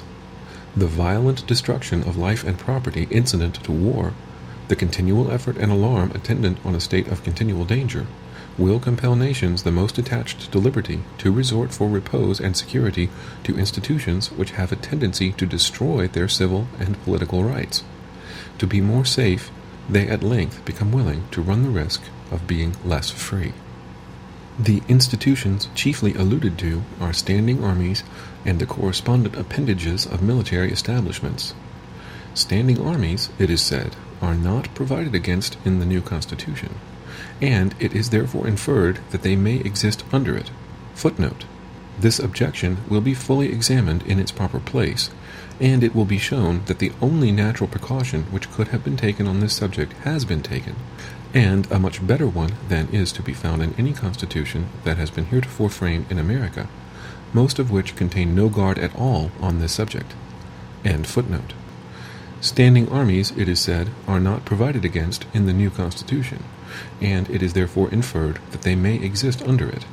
Their existence, however, from the very terms of the proposition, is at most problematical and uncertain. But standing armies, it may be replied, must inevitably result from a dissolution of the Confederacy. Frequent war and constant apprehension, which require a state of as constant preparation, will infallibly produce them. The weaker states or confederacies would first have recourse to them to put themselves upon an equality with their more potent neighbors. They would endeavor to supply the inferiority of population and resources by a more regular and effective system of defense, by disciplined troops, and by fortifications. They would, at the same time, be necessitated to strengthen the executive arm of government, in doing which their constitutions would acquire a progressive direction toward monarchy. It is of the nature of war to increase the executive at the expense of the legislative authority. The expedients which have been mentioned would soon give the states or confederacies that made use of them a superiority over their neighbors. Small states, or states of less natural strength, under vigorous governments, and with the assistance of disciplined armies, have often triumphed over large states, or states of greater natural strength, which have been destitute of these advantages. Neither the pride nor the safety of the more important states or confederacies would permit them long to submit to this mortifying and adventitious superiority. They would quickly resort to means similar to those by which it had been effected, to reinstate themselves in their lost preeminence. Thus, we should, in a little time, see established in every part of this country the same engines of despotism which have been the scourge of the old world. This, at least, would be the natural course of things, and our reasonings will be the more likely to be just in proportion as they are accommodated to this standard. These are not vague inferences drawn from supposed or speculative defects in a constitution, the whole power of which is lodged in the hands of a people or their representatives and delegates, but they are solid conclusions, drawn from the natural and necessary progress of human affairs. It may perhaps be asked, by way of objection to this, why did not standing armies spring up out of the contentions which so often distracted the ancient republics of Greece? Different answers, equally satisfactory, may be given to this question. The industrious habits of the people of the present day, absorbed in the pursuits of gain and devoted to the improvements of agriculture and commerce, are incompatible with the condition of a nation of soldiers, which was the true condition of the people of those republics. The means of revenue, which have been so greatly multiplied by the increase of gold and silver and of the arts of industry, and the science of finance, which is the offspring of modern times, concurring with the habits of nations, have produced an entire revolution in the system of war, and have rendered disciplined armies, distinct from the body of the citizens, the inseparable companions of frequent hostility.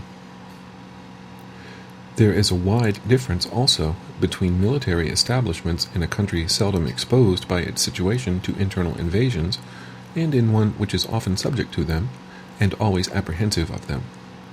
The rulers of the former can have a good pretext, if they are even so inclined, to keep on foot armies so numerous as must of necessity be maintained in the latter. These armies being, in the first case, rarely, if at all, called into activity for interior defense, the people are in no danger of being broken to military subordination. The laws are not accustomed to relaxations in favor of military exigencies. The civil state remains in full vigor, neither corrupted nor confounded with the principles or propensities of the other state. The smallness of the army renders the natural strength of the community an overmatch for it, and the citizens, not habituated to look up to the military power for protection, or to submit to its oppressions, neither love nor fear the soldiery. They view them with a spirit of jealous acquiescence in a necessary evil, and stand ready to resist a power which they suppose may be exerted to the prejudice of their rights. The army, under such circumstances, may usefully aid the magistrate to suppress a small faction, or an occasional mob, or insurrection, but it will be unable to enforce encroachments against the united efforts of the great body of the people. In a country in the predicament last described, the contrary of all this happens. The perpetual menacings of danger oblige the government to be always prepared to repel it. Its armies must be numerous enough for instant defense. The continual necessity for their services enhances the importance of the soldier, and proportionably degrades the condition of the citizen. The military state becomes elevated above the civil. The inhabitants of territories, often the theater of war, are unavoidably subjected to frequent infringements on their rights, which serve to weaken their sense of those rights, and by degrees the people are brought to consider the soldiery not only as their protectors, but as their superiors.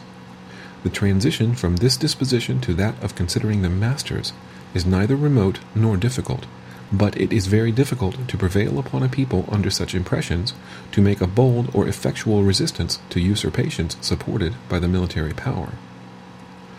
The kingdom of Great Britain falls within the first description. An insular situation and a powerful marine, guarding it in a great measure against the possibility of foreign invasion, supersede the necessity of a numerous army within the kingdom. A sufficient force to make head against a sudden descent, till the militia could have time to rally and embody, is all that has been deemed requisite. No motive of national policy has demanded, nor would public opinion have tolerated, a larger number of troops upon its domestic establishment. There has been, for a long time past, little room for the operation of the other causes, which have been enumerated as the consequences of internal war. This peculiar felicity of situation has, in a great degree, contributed to preserve the liberty which that country to this day enjoys, in spite of the prevalent venality and corruption. If, on the contrary, Britain had been situated on the continent, and had been compelled, as she would have been, by that situation, to make her military establishments at home coextensive with those of the other great powers of Europe, she, like them, would in all probability be, at this day, a victim to the absolute power of a single man. It is possible, though not easy, that the people of that island may be enslaved from other causes, but it cannot be by the prowess of an army so inconsiderable as that which has been usually kept up within the kingdom. If we are wise enough to preserve the Union, we may for ages enjoy an advantage similar to that of an insulated situation. Europe is at a great distance from us. Her colonies in our vicinity will be likely to continue too much disproportioned in strength to be able to give us any dangerous annoyance. Extensive military establishments cannot, in this position, be necessary to our security.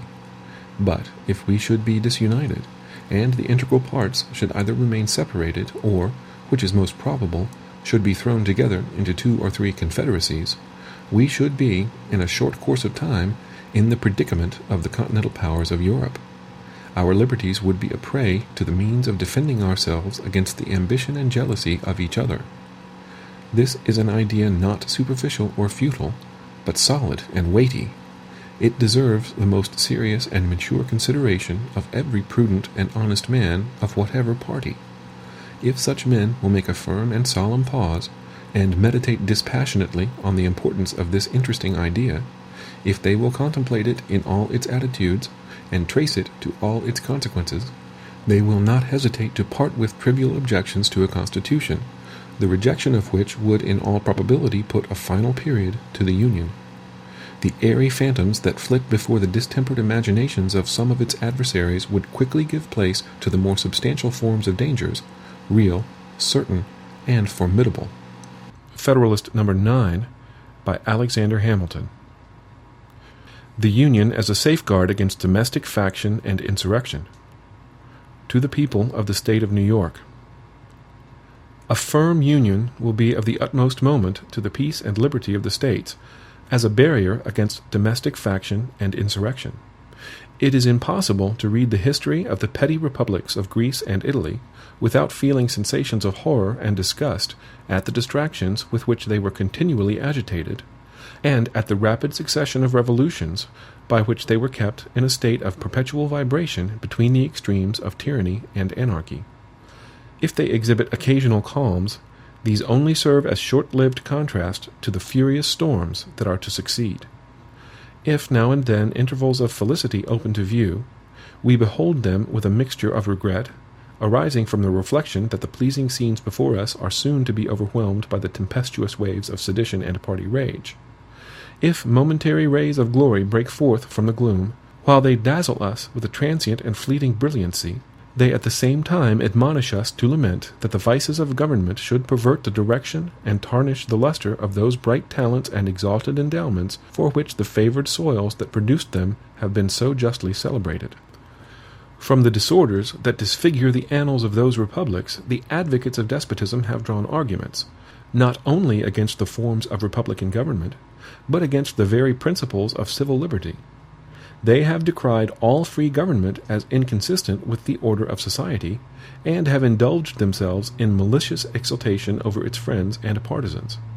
Happily for mankind, stupendous fabrics reared on the basis of liberty, which have flourished for ages, have, in a few glorious instances, refuted their gloomy sophisms. And, I trust, America will be the broad and solid foundation of other edifices, not less magnificent, which will be equally permanent monuments of their errors. But it is not to be denied that the portraits they have sketched of republican government were too just copies of the originals from which they were taken. If it had been found impracticable to have devised models of a more perfect structure, the enlightened friends to liberty would have been obliged to abandon the cause of that species of government as indefensible. The science of politics, however, like most other sciences, has received great improvement. The efficacy of various principles is now well understood, which were either not known at all or imperfectly known to the ancients. The regular distribution of power into distinct departments, the introduction of legislative balances and checks, the institution of courts composed of judges holding their offices during good behavior, the representation of the people in the legislature by deputies of their own election, these are wholly new discoveries, or have made their principal progress towards perfection in modern times. They are means, and powerful means, by which the excellences of republican government may be retained and its imperfections lessened or avoided. To this catalogue of circumstances that tend to the amelioration of popular systems of civil government, I shall venture, however novel it may appear to some, to add one more, on a principle which has been made the foundation of an objection to the new Constitution. I mean the enlargement of the orbit within which such systems are to revolve, either in respect to the dimensions of a single state, or to the consolidation of several smaller states into one great confederacy. The latter is that which immediately concerns the object under consideration. It will, however, be of use to examine the principle in its application to a single state, which shall be attended to in another place. The utility of a confederacy, as well to suppress faction and to guard the internal tranquillity of states as to increase their external force and security, is in reality not a new idea. It has been practiced upon in different countries and ages, and has received the sanction of the most approved writers on the subject of politics. The opponents of the plan proposed have, with great assiduity, cited and circulated the observations of Montesquieu on the necessity of a contracted territory for a republican government. But they seem not to have been apprised of the sentiments of that great man expressed in another part of his work, nor to have adverted to the consequences of the principle to which they subscribe with such ready acquiescence. When Montesquieu recommends a small extent for republics, the standards he had in view were of dimensions far short of the limits of almost every one of these states. Neither Virginia, Massachusetts, Pennsylvania, New York, North Carolina, nor Georgia can by any means be compared with the models from which he reasoned, and to which the terms of his description apply. If we therefore take his ideas on this point as the criterion of truth, we shall be driven to the alternative either of taking refuge at once in the arms of monarchy, or of splitting ourselves into an infinity of little, jealous, clashing, tumultuous commonwealths, the wretched nurseries of unceasing discord, and the miserable objects of universal pity or contempt. Some of the writers who have come forward on the other side of the question seem to have been aware of the dilemma, and have even been bold enough to hint at the division of the larger states as a desirable thing. Such an infatuated policy, such a desperate expedient, might, by the multiplication of petty offices, answer the views of men who possess not qualifications to extend their influence beyond the narrow circles of personal intrigue, but it could never promote the greatness or happiness of the people of America. Referring the examination of the principle itself to another place, as has been already mentioned, it will be sufficient to remark here that, in the sense of the author who has been most emphatically quoted upon the occasion, it would only dictate a reduction of the size of the more considerable members of the Union, but would not militate against their being all comprehended in one confederate government. And this is the true question, in the discussion of which we are at present interested. So far are the suggestions of Montesquieu from standing in opposition to a general union of the states, that he explicitly treats of a confederate republic as the expedient for extending the sphere of popular government, and reconciling the advantages of monarchy with those of republicanism. It is very probable, says he, footnote, Spirit of Laws, Volume 1, Book 9, Chapter 1, end footnote. It is very probable, says he, that mankind would have been obliged at length to live constantly under the government of a single person, had they not contrived a kind of constitution that has all the internal advantages of a republican, together with the external force of a monarchical government. I mean a confederate republic. This form of government is a convention by which several smaller states agree to become members of a larger one, which they intend to form. It is a kind of assemblage of societies that constitute a new one, capable of increasing, by means of new associations, till they arrive to such a degree of power as to be able to provide for the security of the united body. A republic of this kind, able to withstand an external force, may support itself without any internal corruptions. The form of this society prevents all manner of inconveniences. If a single member should attempt to usurp the supreme authority, he could not be supposed to have an equal authority and credit in all the Confederate States. Were he to have too great influence over one, this would alarm the rest. Were he to subdue a part, that which would still remain free might oppose him with forces independent of those which he had usurped, and overpower him before he could be settled in his usurpation. Should a popular insurrection happen in one of the Confederate States, the others are able to quell it. Should abuses creep into one part, they are reformed by those that remain sound. The state may be destroyed on one side, and not on the other. The Confederacy may be dissolved, and the Confederates preserve their sovereignty. As this government is composed of small republics, it enjoys the internal happiness of each, and with respect to its external situation, it is possessed, by means of the association, of all the advantages of large monarchies. I have thought it proper to quote at length these interesting passages, because they contain a luminous abridgment of the principal arguments in favor of the Union, and must effectually remove the false impressions which a misapplication of other parts of the work was calculated to make. They have at the same time an intimate connection with the more immediate design of this paper, which is to illustrate the tendency of the Union to repress domestic faction and insurrection. A distinction, more subtle than accurate, has been raised between a confederacy and a consolidation of the states.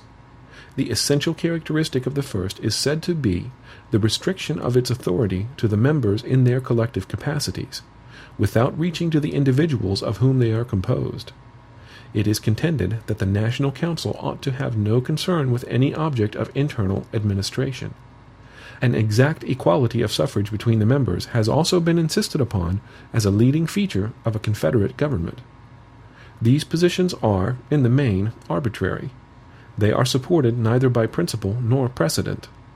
It has indeed happened that governments of this kind have generally operated in the manner which the distinction taken notice of supposes to be inherent in their nature, but there have been in most of them extensive exceptions to the practice, which serve to prove, as far as example will go, that there is no absolute rule on the subject, and it will be clearly shown in the course of this investigation that as far as the principle contended for has prevailed, it has been the cause of incurable disorder and imbecility in the government. The definition of a confederate republic seems simply to be an assemblage of societies, or an association of two or more states into one state.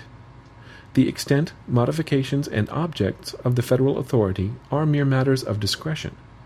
So long as the separate organization of the members be not abolished, so long as it exists, by a constitutional necessity, for local purposes, though it should be in perfect subordination to the general authority of the Union, it would still be, in fact and in theory, an association of states, or a confederacy. The proposed Constitution, so far from implying an abolition of the state governments, makes them constituent parts of the national sovereignty, by allowing them a direct representation in the Senate, and leaves in their possession certain exclusive and very important portions of sovereign power. This fully corresponds, in every rational import of the terms, with the idea of a federal government. In the Lycian Confederacy, which consisted of 23 cities or republics, the largest were entitled to 3 votes in the Common Council, those of the middle class to 2, and the smallest to 1. The Common Council had the appointment of all the judges and magistrates of the respective cities. This was certainly the most delicate species of interference in their internal administration, for if there be anything that seems exclusively appropriated to the local jurisdictions, it is the appointment of their own officers. Yet Montesquieu, speaking of this association, says, "Were I to give a model of an excellent Confederate republic, it would be that of Lycia." Thus we perceive that the distinctions insisted upon were not within the contemplation of this enlightened civilian, and we shall be led to conclude that they are the novel refinements of an erroneous theory. Federalist number 10, by James Madison. The same subject continued. The Union as a safeguard against domestic faction and insurrection. To the people of the State of New York. Among the numerous advantages promised by a well-constructed Union, none deserves to be more accurately developed than its tendency to break and control the violence of faction. The friend of popular governments never finds himself so much alarmed for their character and fate as when he contemplates their propensity to this dangerous vice. He will not fail, therefore, to set a due value on any plan which, without violating the principles to which he is attached, provides a proper cure for it. The instability, injustice, and confusion introduced into the public councils have, in truth, been the mortal diseases under which popular governments have everywhere perished, as they continue to be the favorite and fruitful topics from which the adversaries to liberty derive their most specious declamations. The valuable improvements made by the American constitutions on the popular models, both ancient and modern, cannot certainly be too much admired. But it would be an unwarrantable partiality to contend that they have as effectually obviated the danger on this side as was wished and expected. Complaints are everywhere heard from our most considerate and virtuous citizens, equally the friends of public and private faith, and of public and personal liberty, that our governments are too unstable, that the public good is disregarded in the conflicts of rival parties, and that measures are too often decided, not according to the rules of justice and the rights of the minor party, but by the superior force of an interested and overbearing majority. However anxiously we may wish that these complaints had no foundation, the evidence of known facts will not permit us to deny that they are in some degree true. It will be found, indeed, on a candid review of our situation, that some of the distresses under which we labor have been erroneously charged on the operation of our governments. But it will be found, at the same time, that other causes will not alone account for many of our heaviest misfortunes, and particularly for that prevailing and increasing distrust of public engagements and alarm for private rights, which are echoed from one end of the continent to the other. These must be chiefly, if not wholly, effects of the unsteadiness and injustice with which a factious spirit has tainted our public administrations. By a faction, I understand a number of citizens, whether amounting to a majority or a minority of the whole, who are united and actuated by some common impulse of passion or of interest, adverse to the rights of other citizens, or to the permanent and aggregate interests of the community. There are 2 methods of curing the mischiefs of faction, the one by removing its causes, the other by controlling its effects. There are again 2 methods of removing the causes of faction, the one by destroying the liberty which is essential to its existence, the other by giving to every citizen the same opinions, the same passions, and the same interests. It could never be more truly said than of the first remedy, that it was worse than the disease. Liberty is to faction what air is to fire, an aliment without which it instantly expires. But it could not be less folly to abolish liberty, which is essential to political life, because it nourishes faction, than it would be to wish the annihilation of air, which is essential to animal life, because it imparts to fire its destructive agency. The second expedient is as impracticable as the first would be unwise. As long as the reason of man continues fallible, and he is at liberty to exercise it, different opinions will be formed. As long as the connection subsists between his reason and his self-love, his opinions and his passions will have a reciprocal influence on each other, and the former will be objects to which the latter will attach themselves.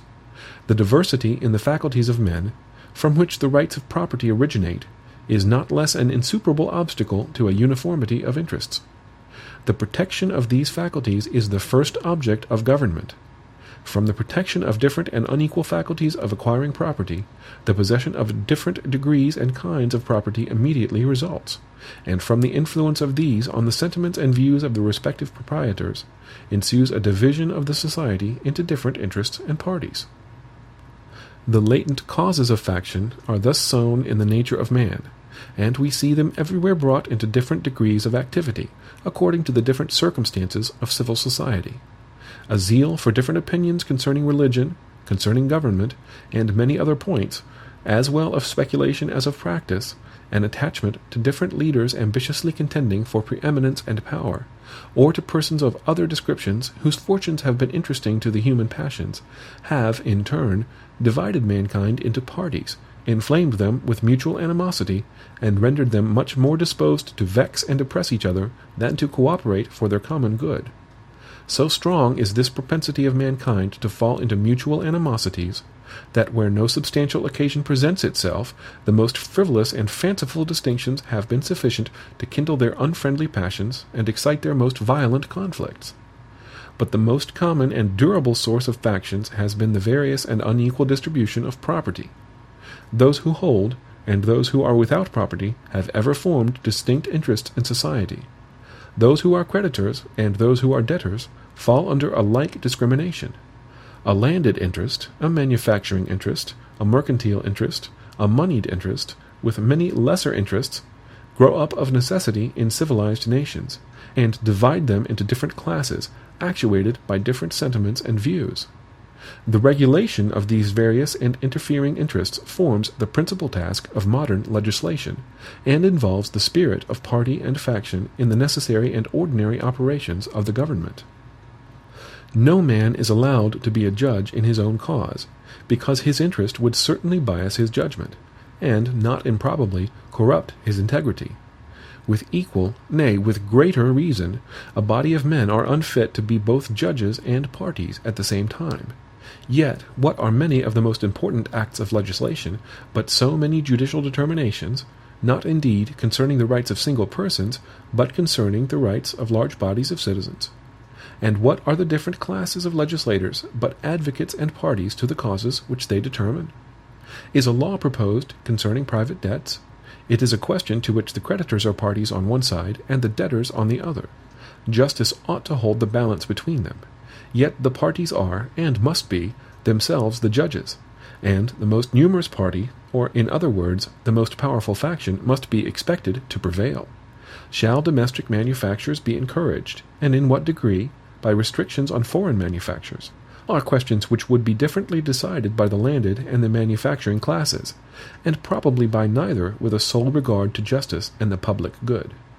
The apportionment of taxes on the various descriptions of property is an act which seems to require the most exact impartiality, yet there is, perhaps, no legislative act in which greater opportunity and temptation are given to a predominant party to trample on the rules of justice. Every shilling with which they overburden the inferior number is a shilling saved to their own pockets. It is in vain to say that enlightened statesmen will be able to adjust these clashing interests and render them all subservient to the public good. Enlightened statesmen will not always be at the helm, nor, in many cases, can such an adjustment be made at all without taking into view indirect and remote considerations, which will rarely prevail over the immediate interest which one party may find in disregarding the rights of another or the good of the whole. The inference to which we are brought is, that the causes of faction cannot be removed, and that relief is only to be sought in the means of controlling its effects. If a faction consists of less than a majority, relief is supplied by the republican principle, which enables the majority to defeat its sinister views by regular vote. It may clog the administration, it may convulse the society, but it will be unable to execute and mask its violence under the forms of the Constitution.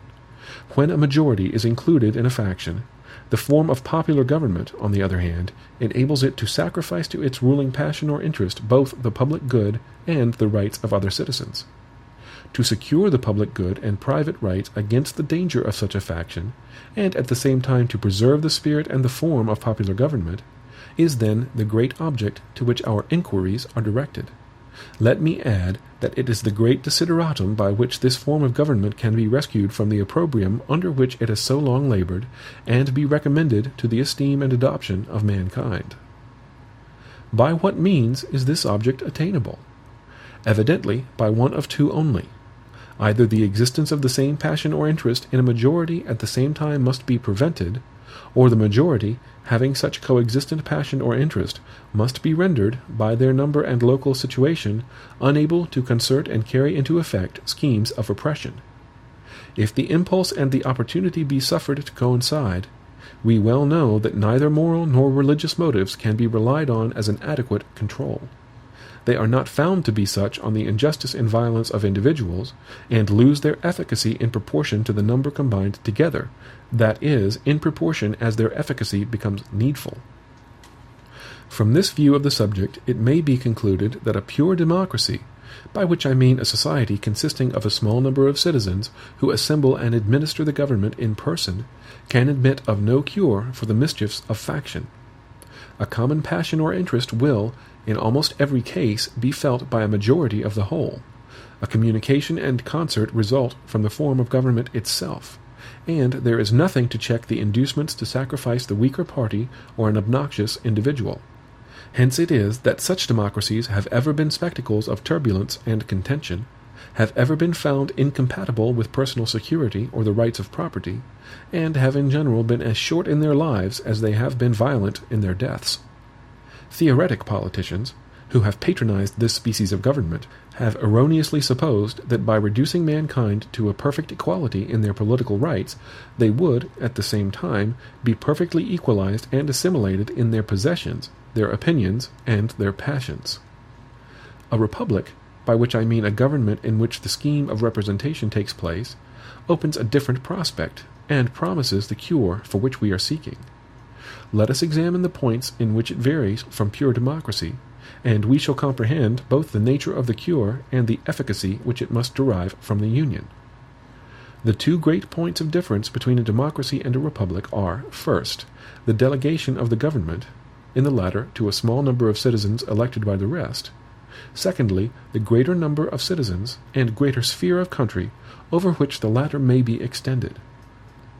The effect of the first difference is, on the one hand, to refine and enlarge the public views, by passing them through the medium of a chosen body of citizens, whose wisdom may best discern the true interest of their country, and whose patriotism and love of justice will be least likely to sacrifice it to temporary or partial considerations. Under such a regulation, it may well happen that the public voice, pronounced by the representatives of the people, will be more consonant to the public good than if pronounced by the people themselves, convened for the purpose. On the other hand, the effect may be inverted. Men of factious tempers, of local prejudices, or of sinister designs, may, by intrigue, by corruption, or by other means, first obtain the suffrages, and then betray the interests of the people. The question resulting is, whether small or extensive republics are more favorable to the election of proper guardians of the public weal, and it is clearly decided in favor of the latter by two obvious considerations. In the first place, it is to be remarked that, however small the republic may be, the representatives must be raised to a certain number in order to guard against the cabals of a few, and that, however large it may be, they must be limited to a certain number in order to guard against the confusion of a multitude. Hence, the number of representatives in the two cases not being in proportion to that of the two constituents, and being proportionally greater in the small republic, it follows that, if the proportion of fit characters be not less in the large than in the small republic, the former will present a greater option, and consequently a greater probability of a fit choice. In the next place, as each representative will be chosen by a greater number of citizens in the large than in the small republic, it will be more difficult for unworthy candidates to practice with success the vicious arts by which elections are too often carried, and the suffrages of the people being more free, will be more likely to center in men who possess the most attractive merit and the most diffusive and established characters. It must be confessed that in this, as in most other cases, there is a mean on both sides of which inconveniences will be found to lie. By enlarging too much the number of electors, you render the representatives too little acquainted with all their local circumstances and lesser interests, as by reducing it too much, you render him unduly attached to these, and too little fit to comprehend and pursue great and national objects.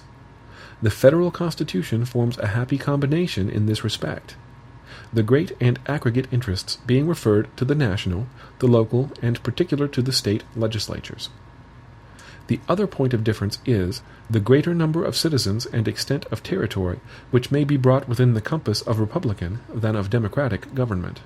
And it is this circumstance principally which renders factious combinations less to be dreaded in the former than in the latter. The smaller the society, the fewer probably will be the distinct parties and interests composing it. The fewer the distinct parties and interests, the more frequently will a majority be found of the same party, and the smaller the number of individuals composing a majority, and the smaller the compass within which they are placed, the more easily will they concert and execute their plans of oppression. Extend the sphere, and you take in a greater variety of parties and interests. You make it less probable that a majority of the whole will have a common motive to invade the rights of other citizens, or if such a common motive exists, it will be more difficult for all who feel it to discover their own strength, and to act in unison with each other. Besides other impediments, it may be remarked that, where there is a consciousness of unjust or dishonorable purposes, communication is always checked by distrust in proportion to the number whose concurrence is necessary. Hence, it clearly appears that the same advantage which a republic has over a democracy in controlling the effects of faction is enjoyed by a large over a small republic, is enjoyed by the Union over the states composing it. Does the advantage consist in the substitution of representatives whose enlightened views and virtuous sentiments render them superior to local prejudices and schemes of injustice? It will not be denied that the representation of the Union will be most likely to possess these requisite endowments. Does it consist in the greater security afforded by a greater variety of parties, against the event of any one party being able to outnumber and oppress the rest? In an equal degree does the increased variety of parties comprised within the Union increase this security. Does it, in fine, consist in the greater obstacles opposed to the concert and accomplishment of the secret wishes of an unjust and interested majority? Here, again, the extent of the Union gives it the most palpable advantage. The influence of factious leaders may kindle a flame within their particular states, but will be unable to spread a general conflagration through the other states. A religious sect may degenerate into a political faction in a part of the Confederacy, but the variety of sects dispersed over the entire face of it must secure the national councils against any danger from that source. A rage for paper money, for an abolition of debts, for an equal division of property, or for any other improper or wicked project, will be less apt to pervade the whole body of the Union than a particular member of it, in the same proportion as such a malady is more likely to taint a particular county or district than an entire state. In the extent and proper structure of the Union, therefore, we behold a republican remedy for the diseases most incident to republican government, and according to the degree of pleasure and pride we feel in being republicans, ought to be our zeal in cherishing the spirit and supporting the character of Federalists.